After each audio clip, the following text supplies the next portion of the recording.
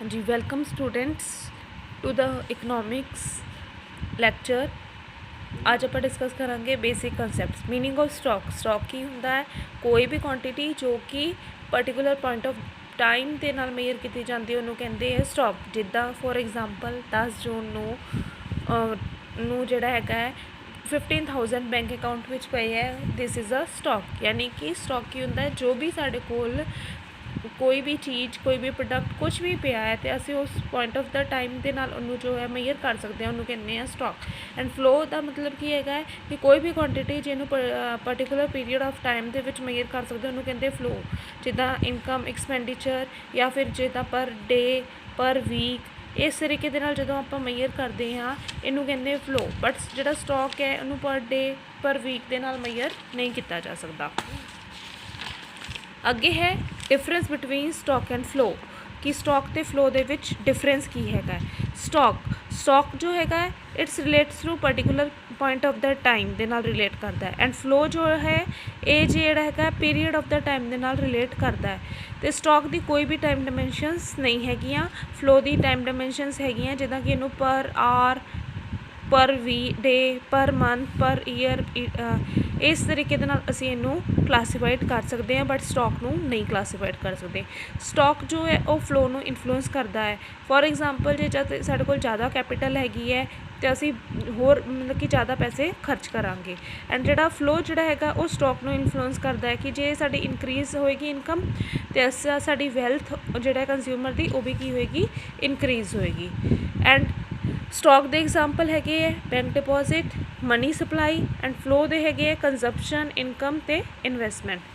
ਅੱਗੇ next topic ਹੈਗਾ depreciation. ਡੈਪਰੀਸ਼ੀਏਸ਼ਨ ਦਾ ਮਤਲਬ ਜਦੋਂ ਵੈਲਿਊ ਆਫ ਫਿਕਸ ਐਸਟ ਦੇ ਵਿੱਚ ਰਿਡਕਸ਼ਨ ਹੋ ਰਹੀ ਹੈ, ਜਿਹੜੀ ਫਿਕਸ ਐਸਟ ਸਾਡੀ ਉਹਦੀ ਵੈਲਿਊ ਵਿੱਚ ਰਿਡਿਊਸ ਹੋ ਰਹੀ ਹੈ specific period of the time ਦੇ ਵਿੱਚ, ਉਹਨੂੰ ਆਪਾਂ ਕਹਿੰਦੇ ਹਾਂ ਡੈਪਰੀਸ਼ੀਏਸ਼ਨ। ਐਂਡ ਡੈਪਰੀਸ਼ੀਏਸ਼ਨ ਜੋ ਹੈ ਕਿਸੇ ਵੀ ਕਾਰਨ ਕਰਕੇ ਹੋ ਸਕਦੀ ਹੈ। Normal wear and tear. Normal wear and tear ਮਤਲਬ ਕਿ ਜਦੋਂ ਆਪਾਂ ਡੇਲੀ ਬੇਸਿਸ ਜਿਹੜੇ ਹੈਗੇ ਆ ਉਹ ਫਿਕਸ ਐਸਟ ਨੂੰ ਪ੍ਰੋਡਕਸ਼ਨ ਪ੍ਰੋਸੈਸ ਵਾਸਤੇ ਯੂਜ਼ ਕਰ ਰਹੇ ਹਾਂ, ਉਹਦੇ ਕਰਕੇ ਅਗਰ ਲੋਸ ਹੋ ਰਿਹਾ ਹੈ, ਐਕਸੀਡੈਂਟ, ਡੈਮੇਜ, ਅਚਾਨਕ ਹੀ ਕੋਈ ਐਕਸੀਡੈਂਟ ਹੋ ਜਾਂਦਾ ਉਹਦੇ ਨਾਲ ਅਗਰ ਕੋਈ ਡੈਮੇਜ ਹੋ ਜਾਂਦਾ ਹੈ। ਐਕਸਪੈਕਟਡ ਆਬਸੋਲੇਂਸ ਮਤਲਬ ਜਦੋਂ ਟੈਕਨੋਲੋਜੀ ਆਊਟ ਆਫ ਡੇਟ ਹੋ ਜਾਂਦੀ ਹੈ। ਹੁਣ ਇਹ ਜਦੋਂ ਇਹ ਫਿਕਸ ਐਸਟ ਆਊਟ ਆਫ ਡੇਟ ਹੋ ਜਾਂਦੀ ਹੈ ਕਿਸੇ ਵੀ ਕਾਰਨ ਕਰਕੇ, ਚਾਹੇ ਟੈਕਨੋਲੋਜੀ ਕਰਕੇ, ਚਾਹੇ ਚੇਂਜ ਇਨ ਡਿਮਾਂਡ ਕਰਕੇ। ਅੱਗੇ ਕੀ ਹੈ ਅਨਐਕਸਪੈਕਟਡ ਆਬਸੋਲੇਂਸ, ਜਦੋਂ ਨੈਚੁਰਲ ਕਲਾਮਿਟੀਜ਼ ਆ ਜਾਂਦੀਆਂ ਹੈ ਜਾਂ ਜਦੋਂ ਮਾਰਕੀਟ ਫਾਲ ਹੋ ਜਾਂਦੀ ਹੈ ਰਿਸੈਸ਼ਨ ਕਰਕੇ, ਇਹਨਾਂ ਕਿਸੇ ਕਾਰਨ ਕਰਕੇ ਵੀ ਡੈਪਰੀਸ਼ੀਏਸ਼ਨ ਜੋ ਚਾਰਜ ਕੀਤੀ ਜਾ ਸਕਦੀ ਹੈ। ਹੁਣ there is a difference between depreciation and capital loss. Depreciation ਮਤਲਬ ਕੀ ਹੈ ਕਿ ਜਦੋਂ ਫਿਕਸ ਐਸਟ ਦੇ ਵਿੱਚ ਜਿਹੜੀ ਹੈਗੀ ਹੈ ਵੈਲਿਊ ਦੇ ਵਿੱਚ ਰਿਡਕਸ਼ਨ ਹੋਏਗੀ due to normal wear and tear, that is a depreciation. But capital loss ਕੀ ਹੈਗਾ ਕਿ ਜਦੋਂ ਫਿਕਸ ਐਸਟ ਦੇ ਵਿੱਚ ਲਾਸ ਹੋਏਗਾ ਡਿਊ ਟੂ ਅਨਐਕਸਪੈਕਟਡ ਆਬਸੋਲੈਂਸ, ਯਾਨੀ ਕੋਈ ਨੈਚੁਰਲ ਕਲੈਮਿਟੀਜ਼ ਆ ਗਈ, ਡਿਪਰੈਸ਼ਨ ਲੱਗ ਗਿਆ, ਉਸ ਕੇਸ ਦੇ ਵਿੱਚ ਲਾਸ ਹੋਏਗਾ, ਉਹਨੂੰ ਕਹਿੰਦੇ ਆ ਕੈਪੀਟਲ ਲਾਸ। ਐਂਡ ਜਿਹੜਾ ਡੈਪਰੀਸ਼ੀਏਸ਼ਨ ਜੋ ਹੈ ਇਹ ਪ੍ਰੋਡਕਸ਼ਨ ਪ੍ਰੋਸੈਸ ਨੂੰ ਕੋਈ ਇਫੈਕਟ ਨਹੀਂ ਕਰਦਾ, ਬਟ ਜਿਹੜਾ ਕੈਪੀਟਲ ਲਾਸ ਹੈ ਪ੍ਰੋਡਕਸ਼ਨ ਪ੍ਰੋਸੈਸ ਨੂੰ ਇਫੈਕਟ ਕਰਦਾ ਹੈਗਾ।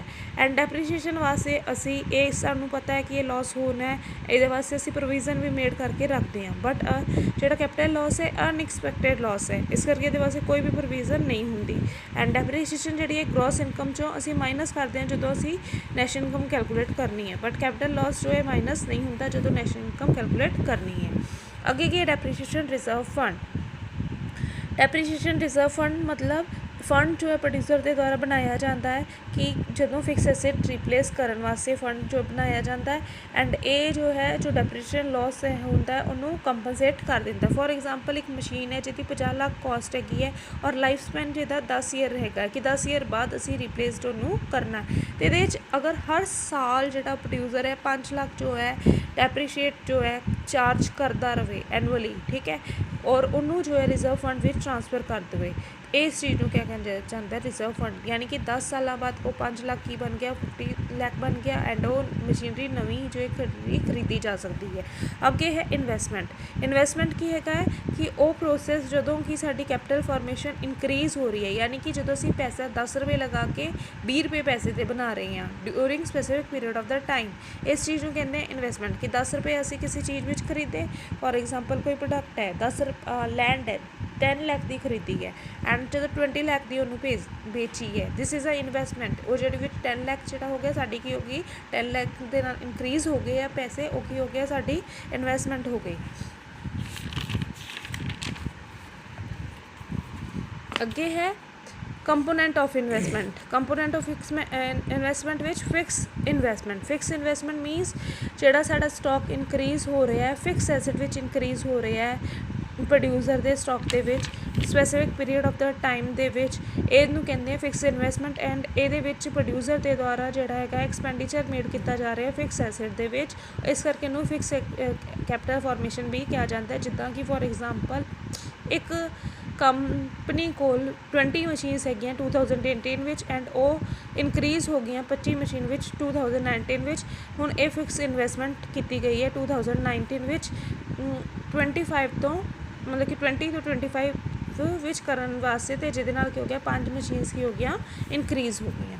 ਅੱਗੇ ਕੀ ਹੈ ਇਨਵੈਂਟਰੀ ਇਨਵੈਸਟਮੈਂਟ। ਇਨਵੈਂਟਰੀ ਇਨਵੈਸਟਮੈਂਟ ਮਤਲਬ ਜਦੋਂ ਸਟਾਕ ਦੇ ਵਿੱਚ ਡੇਲੀ ਬੇਸਿਸ 'ਤੇ ਜਿਹੜਾ ਚੇਂਜ ਹੋ ਰਿਹਾ ਹੈ ਉਹਨੂੰ ਕਹਿੰਦੇ ਆ inventory investment.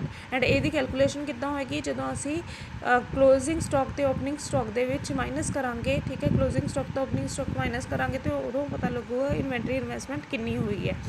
Type of investment, ਹੁਣ ਦੋ ਤਰੀਕੇ ਦੀ ਇਨਵੈਸਟਮੈਂਟ ਹੁੰਦੀ ਹੈ, ਗ੍ਰੋਸ ਅਤੇ ਨੈਟ। ਗ੍ਰੋਸ ਇਨਵੈਸਟਮੈਂਟ ਕੀ ਹੁੰਦੀ ਹੈ, ਜਦੋਂ ਟੋਟਲ ਜਿਹੜੀ ਇਨਵੈਸਟਮੈਂਟ ਮੇਡ ਕੀਤੀ ਜਾਂਦੀ ਹੈ ਸਪੈਸੀਫਿਕ ਟਾਈਮ ਦੇ ਵਿੱਚ, ਉਹਨੂੰ ਕਹਿੰਦੇ ਆ ਗ੍ਰੋਸ ਇਨਵੈਸਟਮੈਂਟ। ਐਂਡ ਇਹਦੇ ਵਿੱਚ ਜਿੰਨੀ ਵੀ ਟੋਟਲ ਇਨਵੈਸਟਮੈਂਟ ਪਲੱਸ ਡੈਪਰੀਸ਼ੀਏਸ਼ਨ ਇਨਕਲੂਡਡ ਹੁੰਦਾ ਹੈ।